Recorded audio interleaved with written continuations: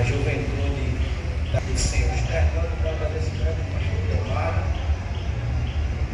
tem sido um amigo para nós, nos ajudado no nosso ministério, Deus poderoso, Deus abençoe a todos que estão na nossa retaguarda, Deus abençoe a vida. Quem veio ouvir a voz de Deus aqui nesta noite?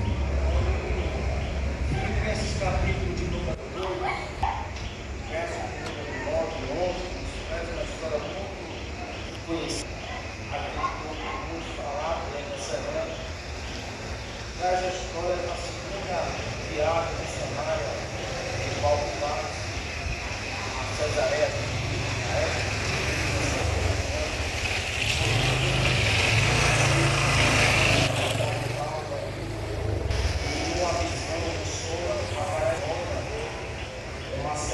Atravessa a Macedônia, vai para a cidade e ganha a vida de Cúpula por nome de Lídia, e depois expulsa o demônio de uma jovem com espírito de adivinação. Por isso, julgado e condenado, diz o texto, capítulo 16, verso 21, 12, até a noite, Paulo se começa a cantar, a orar, e o lugar estremece, as portas se abrem, prisões são quebradas.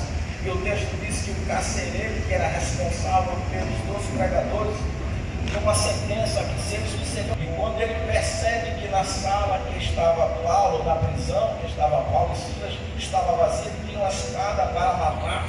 Não te faças mal algum, porque todos nós estamos aqui. E ele pergunta: o que eu posso fazer? Como eu posso fazer para herdar esta vida eterna, ou para ter isto que você tem? Se crê no Senhor Jesus, e será salvo tu e a tua casa.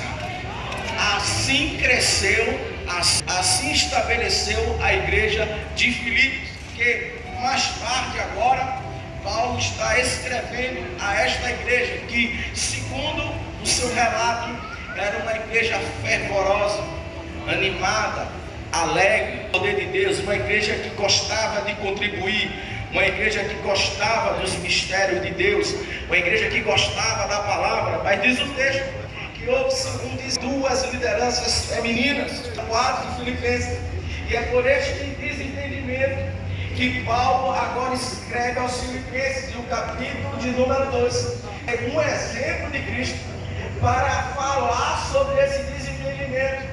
E no capítulo 2 diz: irmãos meus, tende entre vós, ou no capítulo 1, o mesmo sentimento que houve em Cristo, que mesmo ele, sendo Deus, não tem ocupação ser semelhante a ele, mas antes tomou a sua forma de homem, forma de servo, e humilhou-se a si mesmo, e foi obediente até a morte, e morte de cruz. Perceba que Paulo está dizendo: ele é Deus, mas não teve por usurpação ser igual a Deus. Ele é Deus, mas tomou a forma de homem e desceu para a terra. Ele é Deus, mas veio nascer na manjedoura. Ele é Deus, que era adorado pelos serafins, pelos anjos, pelos arcanjos, anciões, mas não teve usurpação e veio para a terra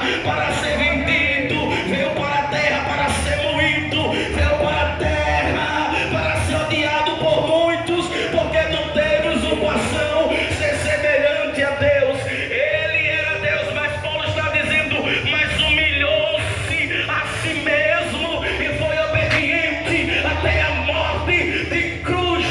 E o texto diz: pelo qual ele se humilhou, agora Deus, o seu Pai, o exaltou. Perceba, para ser exaltado, primeiro ele foi humilhado. Para ser exaltado, primeiro foi crucificado.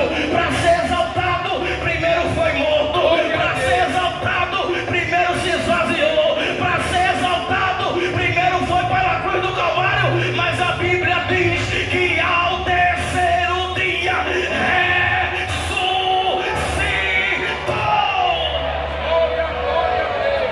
Deus não exalta ninguém sem antes essa pessoa se humilhar perante ele, porque a Bíblia diz: humilhai-vos diante da potente mão de Deus, para que no tempo ele vos exalte. Paulo